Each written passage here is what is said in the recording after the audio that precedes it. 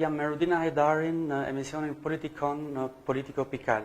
Është hapja e sezonit të ri parlamentar dhe njëkohësisht sapo është shpallur data e zgjedhjeve parlamentare të vitit 2021 që është 25 prilli. Zonja Hajdari ka investimin e vetë si në parlament ashtu dhe në fatin e zgjedhjeve të ardhshme dhe pikërisht për këtë e kam ftuar sonte në Politikon. Mirëmbrëma, mirë se erdhët zonja Hajdari. Faleminderit shumë për ftesën tuaj dhe për këtë intervistë. Faleminderit juve. Nuk ju prisnim ose nuk e prisnim, ndoshta pa dashur të flas në emër të gjithëve, po nuk ju prisnim tek nisma thurje, sepse ka patur hamendësime për lëvizjet e tuaja politike, partia e zotit Patozi, pastaj partia e zotit Murrizi, edhe ndonjë alternativë tjetër ku përfshihet edhe dalja në vete, Rudina Hajdari me partinë e saj dhe shkua tek nisma. Pse kjo zgjedhje? E para njerë dua që të shpjegoj për publikun që hapja e partisë nuk është si hapje i një dyqani. Pra, zoti Murrizi hap një parti, zoti Patozi hap një parti, pra është bërë si një metodë sikur ne po shkojmë në një market dhe do shkojmë do zgjedhim nga partitë e ndryshme pra çfarë afrohet në ato market dhe në bazë të individit që e hap atë dyqan. Nuk është kështu. Partitë politike nuk duhet kenë këtë lloj formati. Partitë politike duhet t'i shërbejnë qytetarëve shqiptarë në kuptimin, në mënyrën se si ato shpalosen, në mënyrën se si ato mbledhin informacion apo mundohen t'i orientojnë qytetarit duke bërë politika të cilat i shërbejnë atyre, pra duhet t'jenë pronë publike e qytetarëve shqiptarë dhe jo pronë private e një individi. Çfarë jemi munduar ne të shmangim në këtë platformë të re politike është pikërisht kjo, që mos të ketë pra një kult individi në formën që do bëhet kjo parti. Pra, kjo, si thua, iniciativë e re politike. E di që ndoshta publiku shqiptar nuk është njohur me këtë lloj formati më përpara, është një gjë e re, një risi, pra, një forum i ri politik që do merren vendimet në mënyrë kolegjale, por ajo çka është e rëndësishme dhe çfarë është e pakontestueshme sot në politik është që ai person me listat e hapura, pra ne do kemi risin që do kemi listat e hapura në zgjedhjet e ardhshme. Dhe ai person që do votohet më së shumti brenda kësaj platforme politike do jetë kryetaria e asaj partie. Pra çfarë mundëson kjo është qytetari shqiptar të zgjedhë personin që duhet të jetë në krye të asaj partie, sepse është personi më i votuar dhe ai duhet të jetë pra ka tagrin për të patur meritën e duhur për të përfaqësuar me dinjitet në parlamentin shqiptar këtë pra platformë politike, por edhe kandidatët e tjerë pra që do bëjmë pjesë në këtë platformë politike, do jenë edhe më të mirë përfaqësuar sepse ky person do ketë pra votat më të larta nga populli shqiptar. Mos harrojmë që në këtë nismë të re politike ne nuk thjesht ftojmë dikë që të punojë për një individ, pra të vitë të bashkohet me Rudina Hajdarin. Jo, ne pretendojmë që brenda këtij forumi, brenda kësaj iniciative të re politike të kemi studentë, të kemi intelektual, të kemi arsimtar, të kemi personazhe të ndryshme të diasporës që kanë investuar shumë për jetën e tyre dhe duan që të japin një kontribut. Dhe kur bëhet kjo gjë, atëherë ata nuk kanë pse ti ulet merita e tyre duke krijuar një hierarki individëve. Si ndodhi afrimi me nismën? Ju ftuan, ndërmjetësuan, si erdhi kontakti, pika kontakt dhe si rat dakord ose çfarë ku pushën ideologjitë, idetë etj që shkuat të u bët bashkë? Rrugtimi ka qenë komplet natyrshëm, duke filluar që nga fushata e parë që u ndërmor nga nisma thurje që ishte për ndryshimin e sistemit. Pra, nëse ju kujtoni, nisma thurje nisi një fushat në të gjithë vendin, duke shkuar nga qyteti në qytet, pikërisht për të promovuar idenë e ndryshimit të sistemit zgjedhor. Dhe gjatë kësaj rruge, duke marrë parasysh që unë në të njëjtën kohë kisha marrë të njëjtën betejë në parlament për të ndryshuar sistemin zgjedhor dhe duke marrë parasysh edhe rolin tim si bashkëkryetar komisionit të posaçëm të reformës zgjedhore, po ashtu dhe rolin tim në Këshillin Politik, bashkëpunimi jon ka qenë i natyrshëm sepse kishim një pikë të përbashkët dhe besonim tek një gjë e vetme që ndryshimi i sistemit zgjedhor, hapja e listave do sillte një risi në Shqipëri, do t'i përshtatej një risie e cila në fakt e bën përfaqësimin në kuvend më sovran, më demokratik dhe më të denj. Pra, ne më në fund do t'i rikthenim me hapjen e listave, synonim dhe ja kemi arritur me plot krenari që në Parlamentin Shqiptar të rikthehet sovraniteti dhe në Parlamentin Shqiptar të ketë njerëz në bazë të meritokracisë dhe të jenë njerëzit të jenë të lidhur në mënyrë të drejtë për drejtë me kandidatin. Çfarë partie do të jetë nisma, sepse kur themi parti kemi parasysh edhe një ide ose ideologji. Do të jetë parti apo është parti e djathtë, parti e majtë, sepse jam duke pasur parasysh këtu edhe profilet e ndryshme ideologjike të juve, të zonjës Hajdari dhe të pakën dy djemve ose dy zotërinjve që unë njoh që kanë qenë deri më tash si eksponent kryesor, më publikët, më të zëshmit. Besian Peshës dhe Endri Shabanit, që më duken ose që perceptohen publik si të majt. Rudina e djatha, Rudina Hajdari dhe të majtët, dy zotërinjve të tjerë, si do ja bëni ideologjikisht kur të vi puna që edhe ideologjia të hyjë në punë ose t'ju prish punë për të bashkuar në të njëjtën ide? Fatkeqësisht, ideologjia në Shqipëri në fakt ka kohë që nuk ekziston, për mendimin tim. Hajde shikojmë partitë politike të vjetra, pa partitë konvencionale, Partia Demokratike, Partia Socialiste, të cilat kur shikon politikat e tyre, shikon shpeshherë që i miksojnë.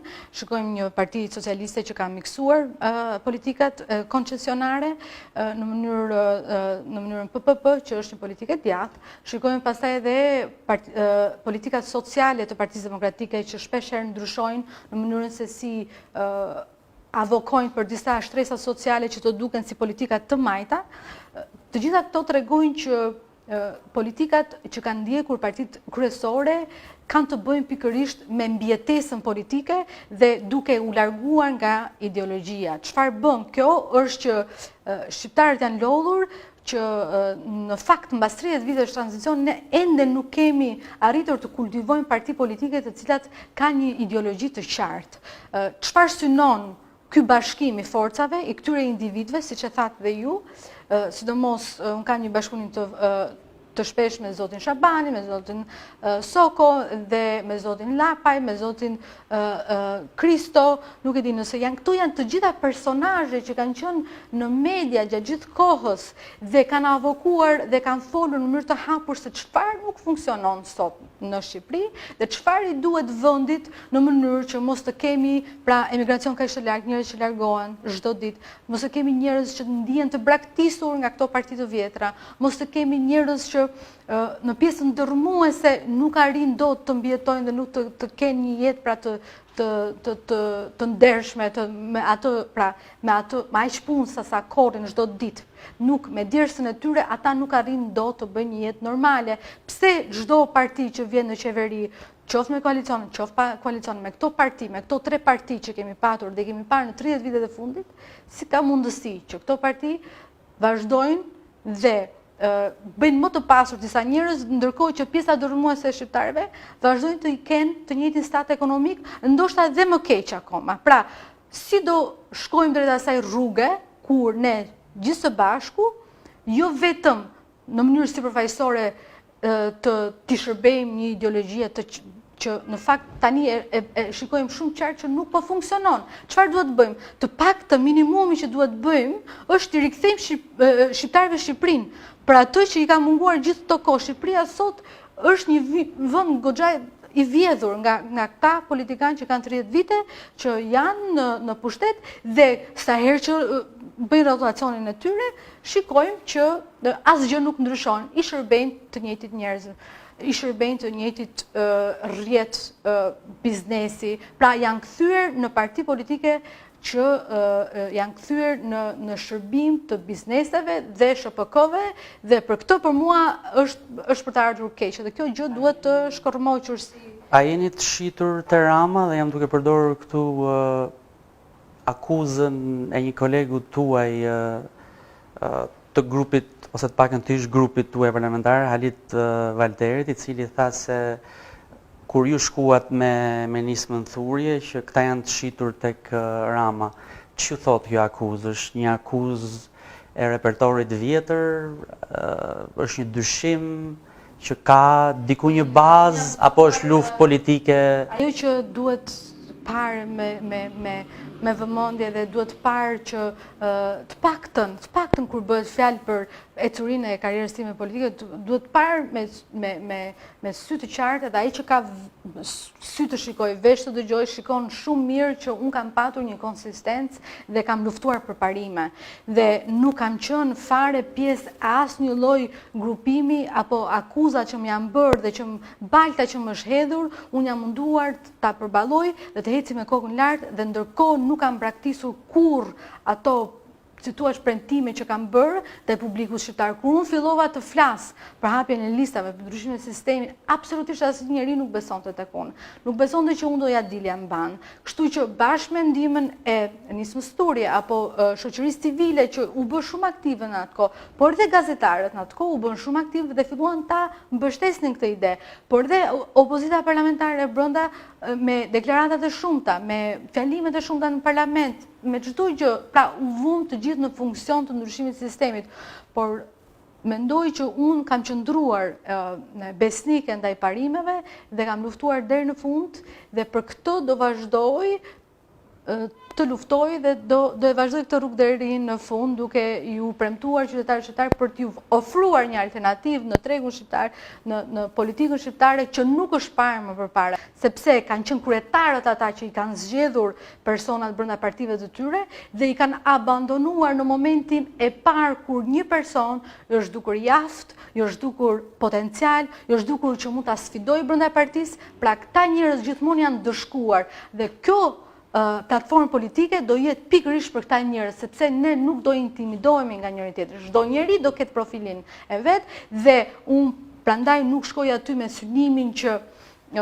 hajde krijojmë një parti që është e një individi. Jo, absolutisht. Ne marrim vendimet në mënyrë kolegjiale deri në datën 25 prill 2021 dhe në momentin që ne dalim në fushat dhe qytetarët shqiptar do votojnë mos shumti një person atë listë, qoftë zotin Shapani, qoftë mua në këtë rast, apo dikë tjetër, atëherë ne do zgjedhim këtë person si udhëheqës të asaj partie. Dhe mendoj që është shumë e drejtë dhe fair për të gjithë, edhe për publikun, edhe për çdo njeri që do ta mbështesë këtë platformë politike. Unë nuk mendoj se akuza qëndron zonja Hajdari, e kuptoj që është, po themi, pjesë e makinerisë së shpifjes dhe të denigrimit kundërshtarit, megjithatë ekziston dyshimi dhe dyshimi është ky. Nisma thurje, Partia e Zotit Patozi, Partia e Zotit Murrizi, Partia e Zotit Bojaxhi, Partia e Zotit Topi dhe gjitha këto parti që pjesa më e madhe e të cilave dalin, po themi, nga pema e së djathtës, a nuk ja minimizojnë, a nuk ja ulin shanset opozitës, asaj opozite jashtëparlamentare për të kryer rotacionin, duke menduar se rotacioni ndoshta kësaj radhe është i shëndetshëm. A mos ju ja zgjasni jetën Ramës në pushtet dhe pa dashur sigurisht, po megjithatë ky fragmentarizim e çon Ramën edhe te një 4 vjeç tjetër në pushtet. E kuptoj fare mirë logjikën tuaj, zotit Leta, dhe ka dy probleme në këtë që sapo thatë. E para, kam një problem shumë të madh kur thuhet partia e këtij individi apo aty. Pra, partitë nuk duhet të kenë pronar. Dhe çfarë kemi bërë me luftimin e ndryshimit të sistemit, pikërisht kemi munduar të luftojmë fenomenin e të paturit një kryetar i cili merr vendime për çdo kënd. Kjo histori duhet marrë fund. Dhe unë nuk kam qenë pra dakord me disa parime. Dhe për shkak të kësaj gjëje, jam munduar që t'i bashkojmë një formatit të ri, i cili në fakt do t'i jepte një frymëmarrje më të gjerë dhe më shpresdhënëse qytetarëve shqiptar. Ajo çka besoj unë si individ, edhe çka na bashkon me pjesën tjetër të këtyre personave, individëve, studentëve, artistëve, intelektualëve, figurave të ndryshme, personazheve të ndryshme të diasporës që do vinë dhe të bashkohen në këtë format, është fakti që ne ndihemi të braktisur dhe të zemëruar dhe të komplet ndjejmë atë gjë që shumë pjesa dërmuese shqiptarëve ndjejnë, që klasa politike aktuale ka dështuar. Dhe kur them që ka dështuar, atëherë ne nuk duhet të prodhojmë parti të tjera që i ngjajnë partive të vjetra. Pra duhet të sillim diçka të re, duhet të bashkohemi rreth ideve, duhet të bashkohemi rreth një besimi të fortë që vërtet do ndryshojë diçka në Shqipëri.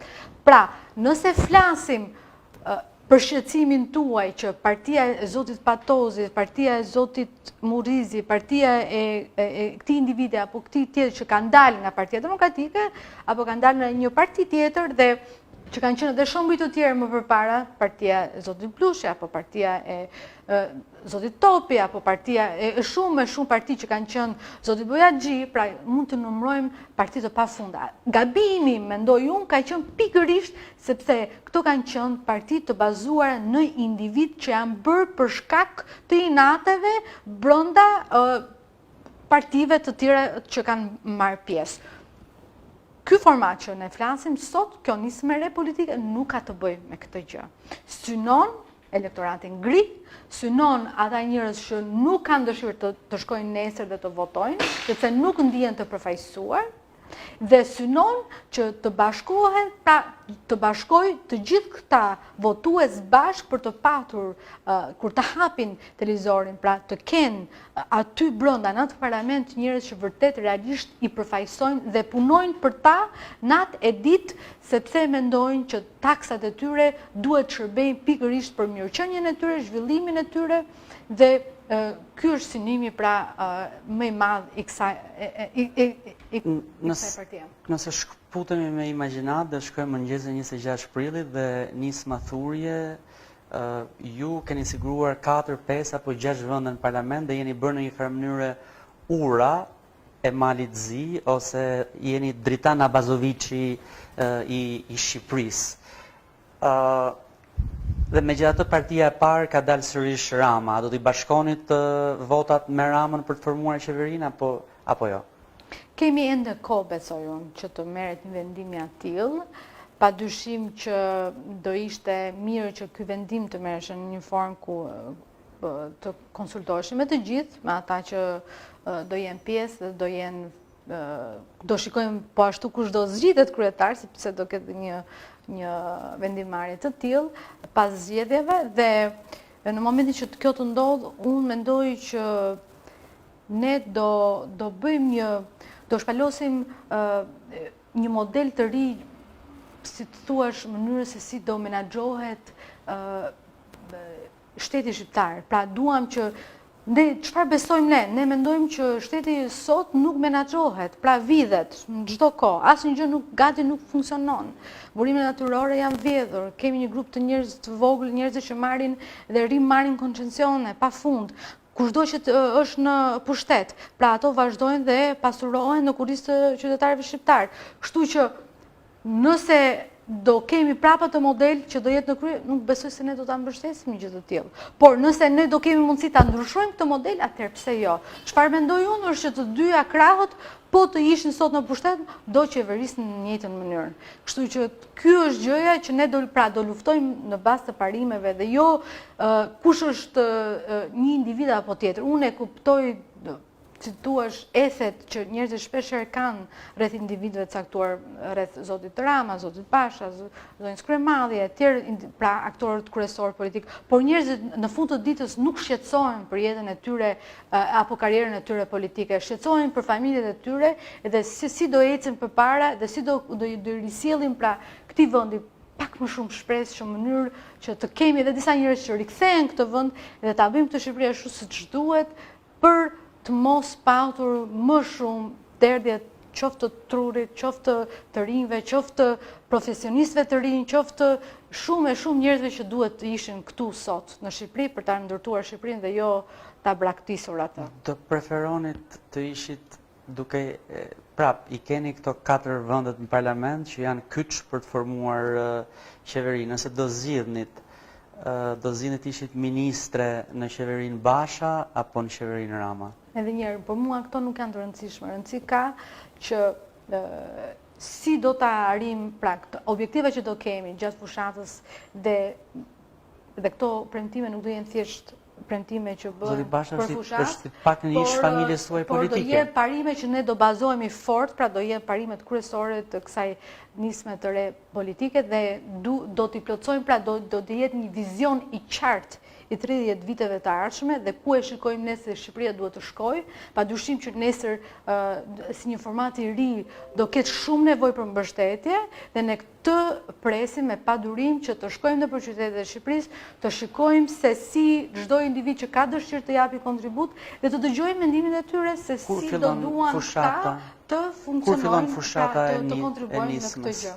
Që nesër, unë fakt kam takime që nesër, dhe më pas do iki në qytete të ndryshme, në Puk, në Shkodër, do filloj pak me Veriun, pastaj do kalojmë edhe në jug, por do filloj pa humbur kohë që nesër të bëj takime me të rinj kryesisht, sepse edhe në videon që kam lançuar para pak ditësh, kam kërkuar që më së shumti të takohem me të rinj që të më kontaktojnë dhe gjatë këtyre 2-3 ditëve jam munduar që t'i kthej përgjigje çdo njeri që më ka kontaktuar dhe jam shumë e lumtur që shumë njerëz edhe janë regjistruar për të bërë pjesë. Do keni kandidatuar në gjithë Shqipërinë?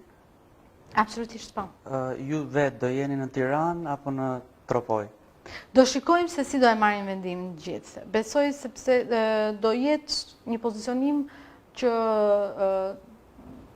duhet jetë sa më i drejtë dhe sa më përfaqësues edhe ndaj personave që do zgjedhin, pra që ne të ndajmë kemi një lloj strukture që të jetë sa më e drejtë me të gjithë persona që do jenë kandidat për deputet. Pra nuk është thjesht në dorën tim, është një gjë që do e marrim vendimin bashkërisht duke marrë parasysh edhe duke studiuar terrenin edhe ku ka mundësi për më shumë. Çfarë menduat kur dëgjuat fjalimin e Zotit Rama përballë deputetëve, ku kërkoi mandatin e tretë dhe tha se na duhet dhënë ne, duhet ta marrim mandatin e tretë sepse jemi pa alternativë, nuk ka alternativë përballë nesh. A është vërtet kështu? Nuk ka alternativë përballë Zotit Rama? Alternativa që shqiptarët do shikojnë në muajt e ardhshëm, që është pikërisht kjo që ne po flasim, që ka të bëjë pikërisht me një grupim të rinj, të rejash, që shumë herë njerëzit e kanë kërkuar në fakt. Ka qenë një thirrje e vazhdueshme që duam diçka të re, që duan pse të rinj, ku janë të rinj, ku po shkojnë, pse nuk bashkoheni bashkë të bëjnë një ndryshim, ja pra ku jemi, ja po e bëjmë diçka të tillë. Kjo po ndodh, edhe unë kam menduar në njëjtën mënyrë që i ka munguar Shqipërisë një format i tillë dhe prandaj jam munduar që të mendoj se si do ta zgjedhin pra sa më mirë që të krijojmë diçka së bashku për t'i krijuar shqiptarëve një alternativë vërtet ashtu siç e kërkojnë dhe vërtet ashtu siç i nevojitet për t'i shërbyer qytetarëve dhe jo individëve. Kështu që mendoj që çdo njeri në fushat ka të drejtë të bëjë deklaratat e tyre, por ajo që besoj unë dhe shumë shqiptarë sot, dhe nuk dua të flas në emër të tyre, por ndjesia ime është kjo. Janë lodhur me mënyrën se si po qeveris kryeministri Rama, janë lodhur tej mase me mënyrën se si shumë qytetarë sot, edhe pse punojnë natë e ditë, njerëzit e thjesht, njerëzit e ndershëm, nuk i kthehet pra absolutisht asnjë lloj centi, qoftë në rrugët ku jetojnë, qoftë në mënyrën se si jetojnë, nuk po ecin përpara, nuk shikojnë dot një përparim, zhvillim në jetën e tyre, të fëmijëve të tyre, në shkollimin e tyre, në shëndetësi, në shumë fusha, pra këto njerëz nuk po shikojnë ndonjë lloj ndryshimi, vetëm vidhen çdo ditë dhe shikojnë disa një elitë shumë të vogël njerëz që pasurohen, ndërkohë që pjesa e rëmuese shqiptare ngelen në vend ose edhe më keq. Ndërkohë kthejnë syt nga ana tjetër, që në këtë rast kemi PD-n dhe LSI-n, dhe aty nuk shikojnë një alternativë reale.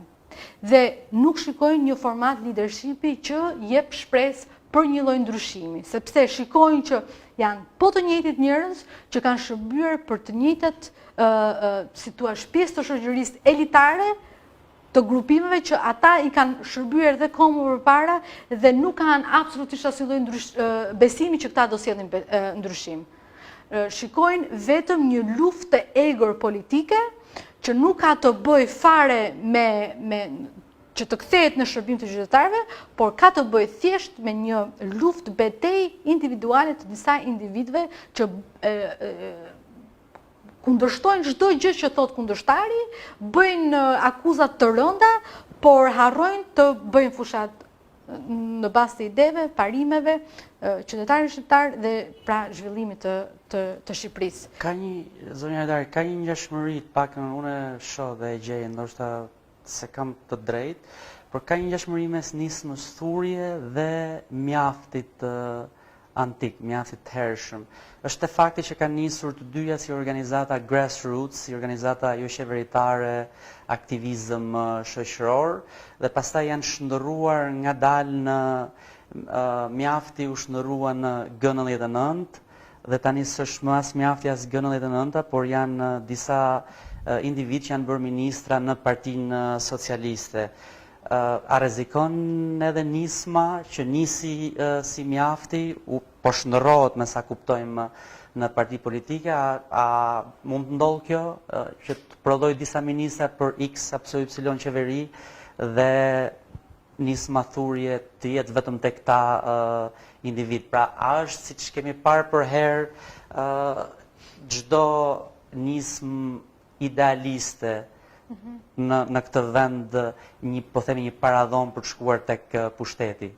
Shqiptarët janë zhgënjur disa herë nga partitë e reja dhe këtu jam duke sjell sentimente që i dëgjoj. E kuptoj fare mirë dhe mendoj se jemi në një situatë komplet ndryshe, mendoj se koha është pjekur goxha, kanë kaluar shumë vite, kanë kaluar gati 30 vjet që vazhdojmë të jemi po në të njëjtën situatë, ka patur shpresë që shumë në momentin që janë bërë rotacione politike ka patur shpresë që do ketë ndryshim, por në fakt klasa politike nuk ka ndryshuar, patjetër që ka patur përpjekje të tilla siç ju thatë, që janë munduar të sjellin një lloj ndryshimi në vend, por gjatë rrugës kanë bërë kompromise.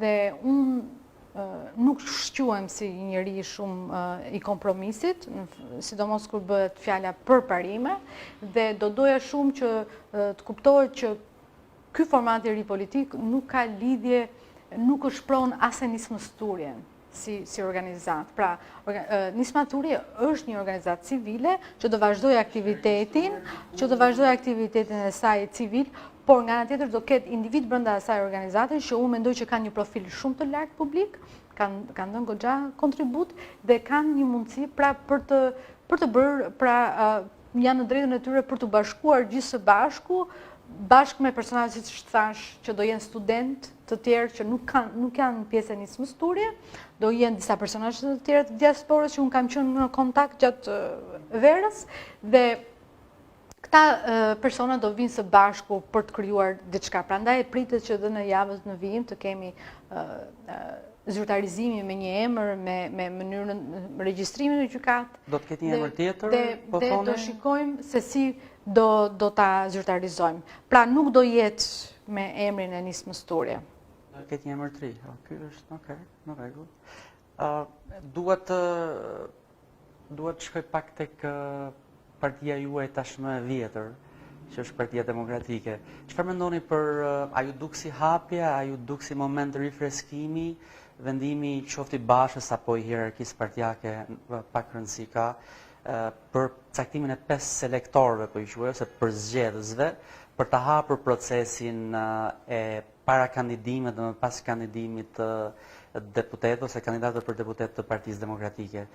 Pra kemi zotin Musafaj, zotin Marku, zotin Ruli, zotin Nishani dhe zonjën Papa. Ju thot gjë kjo? është një gjë e mirë, gjë e re, apo është ceremonial i vjetër?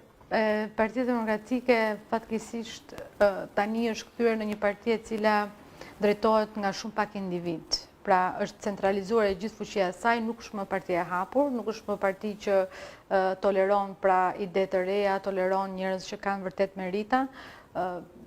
Risia e viteve të fundit pra qoftë është paketuar si risi, por në fakt nuk ka qenë risi.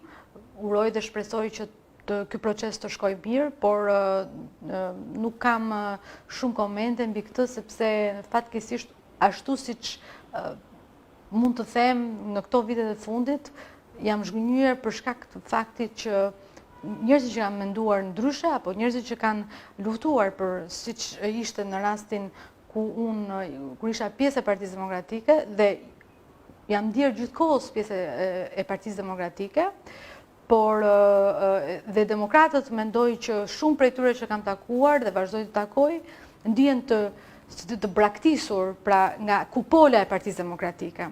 Partia Demokratike nuk është prone absolutisht asnjë lloj njeriut, por nëse ne do vazhdojmë me këtë lloj mentaliteti që Partia Demokratike është prone një individi, atëherë ne do ta shkatrojmë atë parti. Dhe për këtë më vjen keq që e them në këtë lloj mënyre, por është kjo ideja, pra ideja që një person e ka pronë partinë dhe mund ta bëjë dhe ta menaxhojë si të dojë, dhe çdo person që është nën sundimin e atij personi atëherë i shërben atij individi dhe jo qytetarëve. Dhe mua për këtë ky model duhet përmbysur. Dhe uroj që pikërisht ne ta sjellim të risi. Shihni vetë një ditë të rikthyer në Partinë Demokratike? Herët vonë apo nuk është? Jam shumë e investuar në këtë që po bëj tani.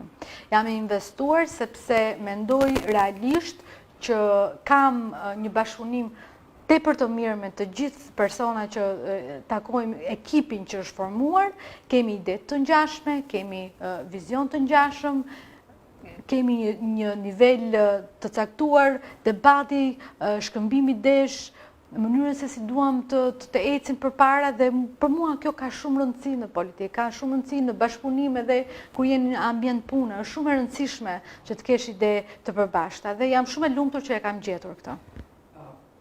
Si e shihni rolin e zotit Berisha, ish kryetarit të Partisë Demokratike? Po e bëj këtë pyetje sepse jam duke ndërtuar pyetjen mbi një deklaratë të zotit Ruli, që është një prej 5 selektorëve për listat e kandidatëve të Partisë Demokratike, ku lat kuptoi se ndoshta zoti Berisha ka jetuar lavdinë e vet dhe duhej të tërhiqej, ose lat kuptoi se nuk kish pse të ishte më në listën e re në listat e reja të Partisë Demokratike. Si do ishte kjo edhe për Rudina Hajdarin, edhe për vajzën e të ndjerit zotit Azem Hajdari? Çdo të thotë kjo për a është politikisht gjëja e duhur, duhen lënë pas historitë nostalgjit apo çfarë? Si do e shpjegonit ju?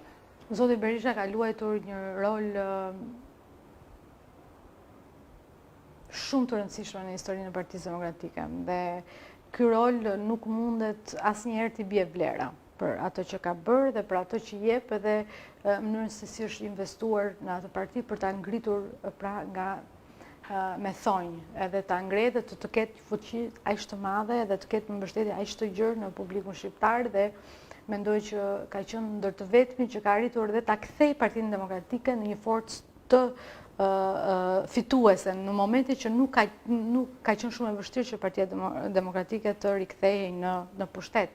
Dhe mendoj që roli i tij ka qenë shumë i rëndësishëm në atë kohë, dhe mënyrën se si e organizoi Partinë Demokratike, mënyrën se si i thiri të gjithë dhe ishte i komunikueshëm me strukturat, me çdo kënd që donte të bashkëpunonte me të për të sjellur pra Partinë Demokratike në pushtet. Dhe zoti Berisha padyshim që nuk mund t'i humbi asnjëherë pra vlera për kontributin që ka dhënë dhe vazhdon një për Partinë Demokratike dhe për Shqipërinë. Pra shihni në listë, duhet jetë në listë këtë.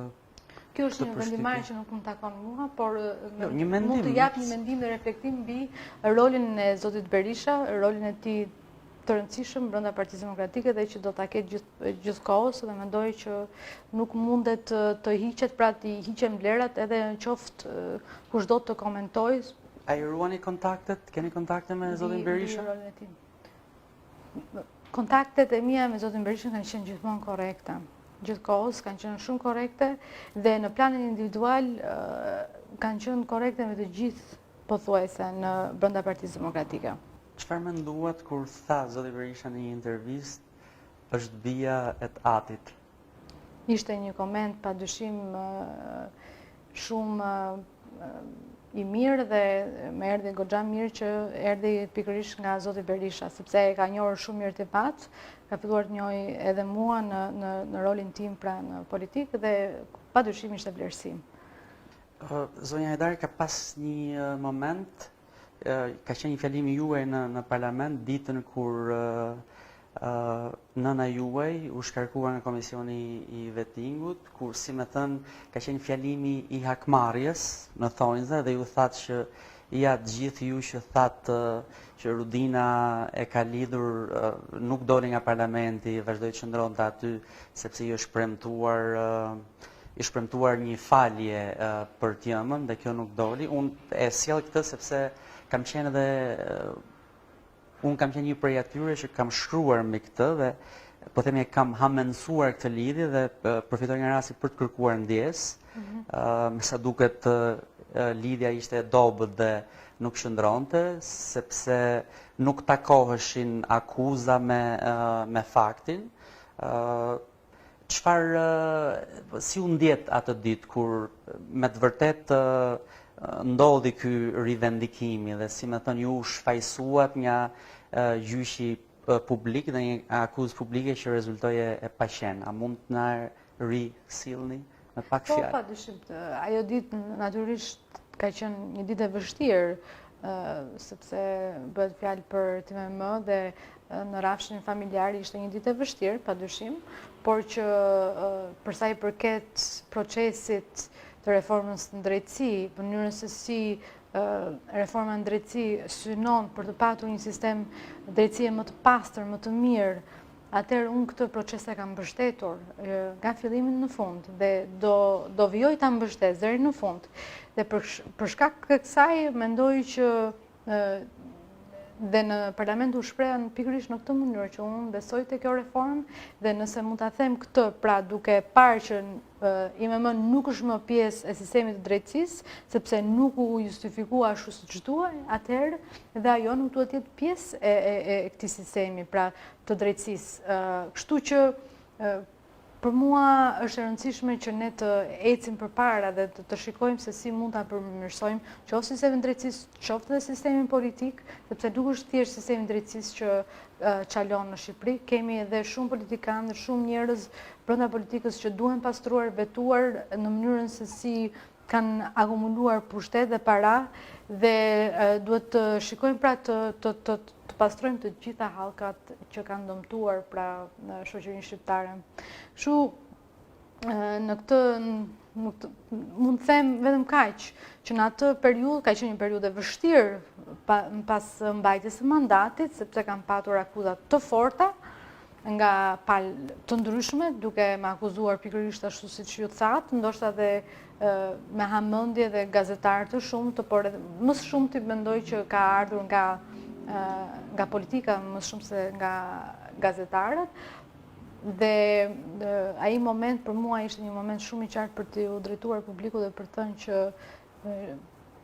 pastërtia ime në këtë mes është e hapur dhe nuk kam absolutisht asnjë lloj ndikimi në këtë proces, sepse besoj tek reforma në drejtësi. Dhe për këtë gjë unë u shpreha shumë qartë atë ditë në parlament. Një hamendësim apo akuzë tjetër që besoj do të bëhet në rrugë e sipër është procesi politik, fushata elektorale kërkon para. Ku do i gjeneroj nisma thurje të ardhur financiare për të mbështetur fushatën e saj elektorale? Për mua shumë e qartë se si do funksionojë. E para sepse do ketë një mbështetje shumë të gjerë nga diaspora. Edhe flasim, ne kemi një njështrije të diasporës shumë të madhe, qoftë në Itali, Greqi, Amerikë, dhe një ditët në vijim, aksioni im politik do bazohet pikërisht në dy shtylla kryesore, që do jetë hapja e listave 100%, pra që do bëhen ndryshime në kodin zgjedhor, do kërkoj që listat të hapen 100%, Dhe po ashtu do kërkoj që vota diasporës të merret parasysh, pra të implementohet dhe të gjendet vullneti politik për të aplikuar sa më shpejt. Pra ka ardhur koha që dhe vota diasporës të bëhet pjesë e realitetit politik shqiptar, sepse ka kaluar shumë kohë, janë bërë shumë premtime dhe më pas janë lënë pra në harres. Kështu që unë do vazhdoj këto dy beteja dhe mendoj që do kemë mbështetje shumë të gjerë, sidomos nga diaspora shqiptare në këto vende.